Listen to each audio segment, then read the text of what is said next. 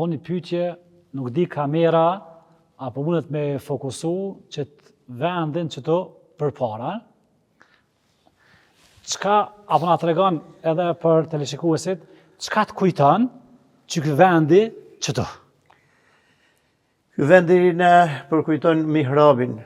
Mihrab do të thotë vendi ku imami i prin xhamatit.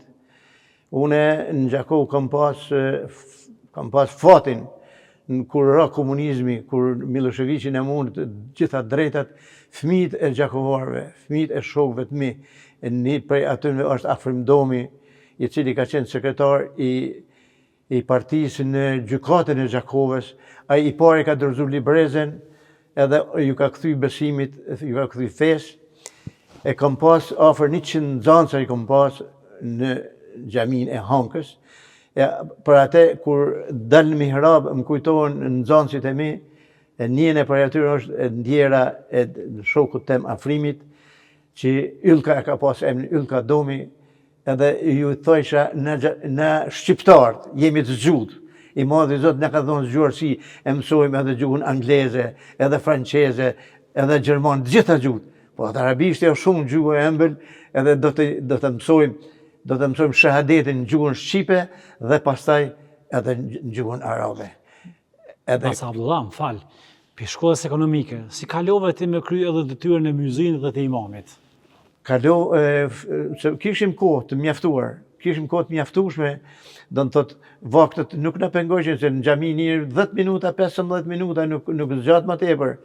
Ama është kënaqësia më e madhe kur e dim se ju përgjigjem thirrjes së Madhit Zot. Bac Abdullah, në muj mul ka dole se ty ki probleme kom, nështë ta? Jo. Kështu, ti e marrë me tregti. Ashtu. Ki bo biznes. Ashtu. A mund me na tregu neve, cila është tregtia më e mira që mund të boni njëri në këtë jetë?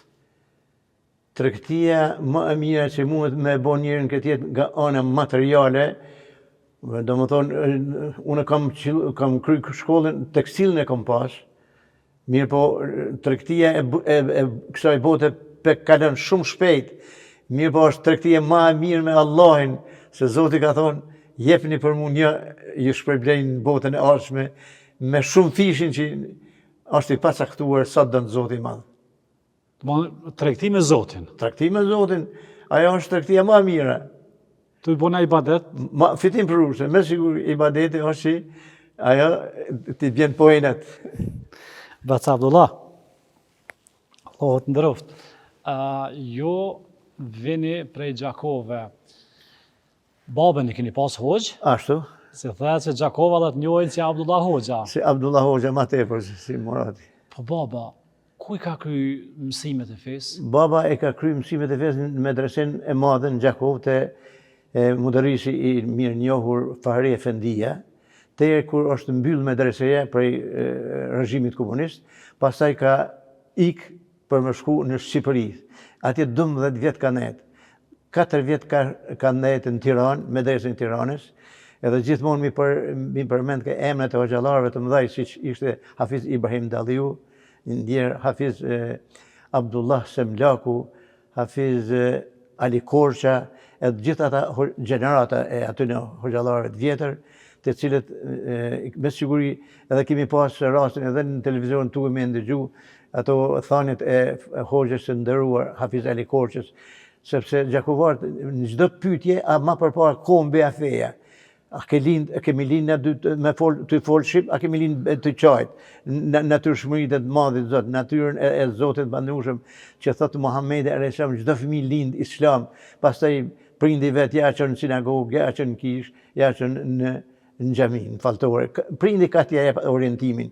E për atë është për neve, sidomos sot tritë e sotit që janë të shkolluar, ka dashur Zoti, kanë mri dituri të larta, që me ditë që fëmijën e vet prej fillimit me orientu aty ku është vlera më e madhe, vlera islame.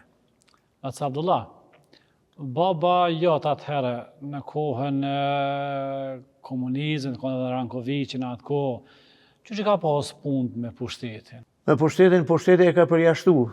Pse përjashtoi? E ka përjashtu sepse kanë kërku që të flet për mbulesin, për havalen, në atë kohë i ka thonë havale, Baba nuk ka pranu me folë, thotë, hoxhallarët më të mëdha i keni në Gjakov, i keni në Prishtinë, i keni në Sarajev, thotë, unë jam në hoxh i fshatit, unë çka kom folë, s'mund tash më thonë xhamatit tem që hekeni. Prandaj për çat fjalë, domethënë e kanë pa që është i vendosur, edhe e kanë përjashtuar se kanë lënë më dalë në xhami, edhe si kanë dhënë punë. Unë kam qenë 6 vjeç kur kemi emigruar në Gjakov që kemi dalë, në Gjakov si kanë dhënë punë. Prej aty është detyruar me shku në nahijen e Rahovecit, se përpara nuk ka pas nahije Malisheva, Rahoveci, me një fshat Ostrozub. Dhe aty në fshatin Ostrozub, baba i ndjerë Pastor Ahmet, ka shërby një 7 vjet. Pastaj kur mas brioneve që u liru, do në thotë feja u liru në Sikom, atëherë jemi këty prapë në Gjakov, pastaj në Gjakov ka shërby në disa xhamia ku kishte nevojë, në xhamit të Hankës, në xhamit të Geçarve, në xhamit të Mamupashës, në xhamit të Islambek, në xhamit të Cefes. Domethënë unë e di që shkoja me babën vazhdimisht, po edhe kisha dëshirë këto me potencu, inshallah do të ndikoj të rit, sepse unë u dashke me ardhë për shkollës ditën e gjumo, edhe një daje kom pas, rahmet pas, në Mindurak punonte me kryja dhaj punën e mu bo 3 vetë për mi falë gjumon. E sot, për të falëndruar Zotin e Madhnushëm, në xhamiat e Gjakovës, dhe gjitha xhamiat duhet me shku përpara se nuk ka vend. Kjo na mëson sepse ndoshta ka qenë edhe angazhimi prindve në Gjakov që jenë këthy, po nuk kisha me thonë, është ma tepër hidajeti, udhëzimi i Zotit Madhnushëm, kur sot të rit për janë në kontakt me literaturë, si që është literaturë e doktor Shefqetit, Allah e mëshiroft, që ka bo një botim voluminaz të librave, kur e kupton njëri, kur e kupton fjallën e Zotit, me siguri që do të adoj, me siguri që do të kënaqet dhe do të shkojnë në atë rrugë.